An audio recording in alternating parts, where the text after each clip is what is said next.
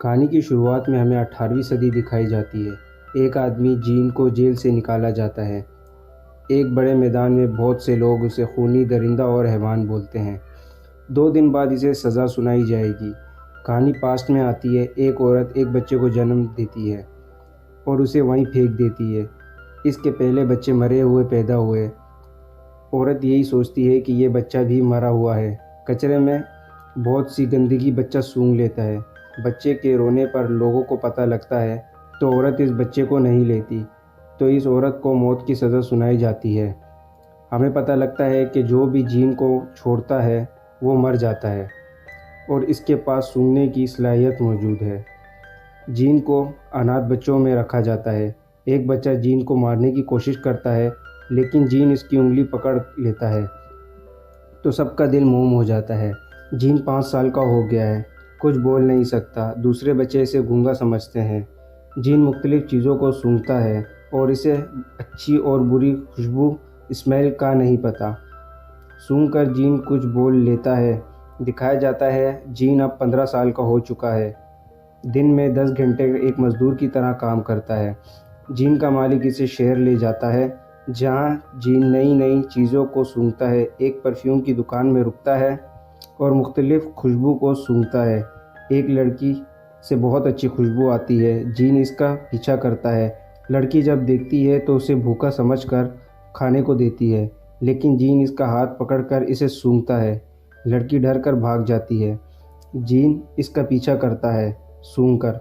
लड़की डर कर शोर मचाती है, लेकिन जीन इसके मुंह पे हाथ रख लेता है। लोगों के जाने के बाद जब हाथ हटाता है तो लड़की मर जाती है। जीन लड़की को पूरा सूंघता है। जीन का मालिक इसे बहुत मारता है, बगैर बता के जाने पर। जीन उदास हो जाता है। एक परफ्यूम वाला जो बहुत अच्छे परफ्यूम बनाता है, लेकिन कुछ दिनों से इसकी दुकान नहीं चल रही। जीन इसकी दुकान में आता है और कहता है, मैं कोशिश करके एक अच्छा परफ्यूम बना सकता हूँ। दुकानदार इसे एक मौका देता है। जीन सब खुशबू सूंघकर एक अच्छी परफ्यूम खुशबू बनाता है। दुकानदार इसे मना भी करता है कि मुख्तलिफ़ खुशबू को इस्तेमाल नहीं करो, लेकिन जीन इसकी कोई एक बात नहीं सुनता और एक बेहतरीन परफ्यूम बनाता है। दुकानदार जीन को ख़रीद लेता है। जीन का पहला मालिक जा रहा होता है तो वो एक गाड़ी से टकरा कर पानी में गिर जाता है और मर जाता है। अब जीन इसकी दुकान में मुख्तलिफ़ परफ्यूम बनाता है। इसकी दुकान पेरिस की सबसे मशहूर दुकान बन जाती है। दुकानदार जीन को खुशबू के 12 इंग्रेडिएंट के बारे में बताता है और बताता है कि 13वीं इंग्रेडिएंट खुशबू अगर कोई बनाता है तो वो दुनिया की सबसे अच्छी खुशबू होगी। अगले दिन 10,000 फूलों को एक कंटेनर में डालकर बॉयल करके कतरा कतरा करके खुशबू निकलती है। जीन ने अब सोच लिया था कि वो 13वीं खुशबू बनाएगा। जीन और भी मुख्तलिफ़ चीज़ों को सूंघता है। एक दिन जीन मेटल की मुख्तलिफ़ चीज़ों को कंटेनर में रख कर बॉयल करता है। इसका मालिक ये देखकर इसे बहुत बुरा भला बोलता है और बताता है कि खुशबू फूलों और ऐसी चीज़ों से आती है। फिर जीन 100 मुख्तलिफ़ परफ्यूम बनाता है, जिसमें वो कामयाब हो जाता है, कभी कामयाब नहीं भी होता। इसका मालिक इसे छोड़ देता है। रात को इसकी छत गिर जाती है और वो मर जाता है। अब जीन को आज़ादी का एहसास होता है। जीन बाहर की दुनिया को जानता है। चलते चलते एक गार में रुक जाता है। बारिश होने पर नहाता है। अपने जिस्म को सूंघकर इसे पता लगता है कि मुझसे कोई खुशबू नहीं, लेकिन जीन को पहली लड़की की खुशबू याद आती है। चलते चलते जीन को एक बहुत अच्छी खुशबू आती है। जीन इसकी खुशबू से इसका पीछा करता है, लेकिन लड़की के बाप को देखकर चला जाता है। कुछ टाइम बाद दिखाया जाता है जीन एक फूलों की फैक्ट्री में काम करता है। फूलों को अलग अलग करके एक कंटेनर में रख कर खुशबू निकलती है। एक कपल दिखाया जाता है जो साथ में टाइम स्पेंड करता है। जीन वहां आता है, लड़की को मार कर एक कंटेनर में रख देता है। सुबह एक औरत फूलों की डिलीवरी के लिए आती है।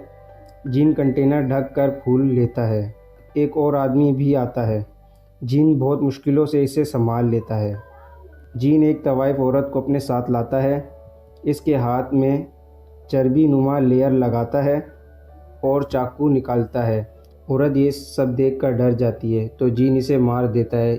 इसके बाल काट कर इसके पूरे जिस्म में एक लेयर लगाकर कुछ घंटों बाद एक प्रोसेस करता है और एक नई खुशबू इसे मिल जाती है।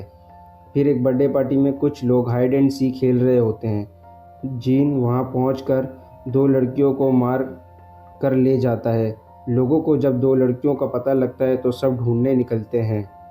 जीन दोनों लड़कियों के साथ भी वही करता है और खुशबू को अपने कलेक्शन में रख लेता है। अगले दिन दो लड़कियों की डेड बॉडी एक दरिया में मिलती है। जीन अब ये सब बहुत सी लड़कियों के साथ करता है। खुशबू को अपने पास रखता है। लोग भी डर जाते हैं। अब पुलिस भी गली गली होती है। लोग अपने घर का दरवाज़ा बंद रखते हैं, लेकिन फिर भी जीन लड़कियों के साथ वही करता है और लड़कियों की डेड बॉडी को कहीं भी फेंक देता है। लोग किसी को भी सस्पेक्ट यानी खूनी समझकर मार देते हैं। एक मीटिंग होती है। मीटिंग में बताया जाता है कि जिन लड़कियों को मारा गया इनके साथ कोई सेक्स नहीं हुआ, किसी ख़ास मकसद के लिए इस्तेमाल किया गया है।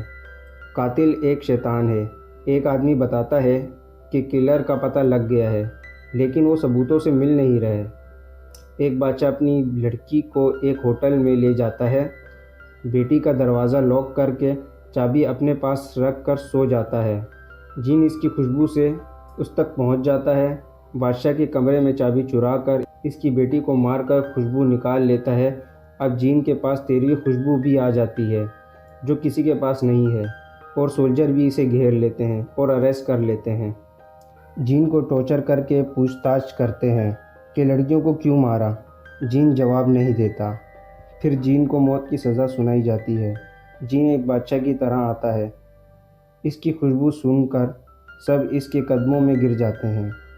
जब जीन 13वीं खुशबू अपने रुमाल में लगाकर फेंकता है तो सब आपस में प्यार करने लग जाते हैं और अमीर गरीब सब के सब आपस में प्यार करने लग जाते हैं। जल्लाद भी इसके कदमों में गिर जाता है। बादशाह भी तलवार लेकर इसके पास आता है।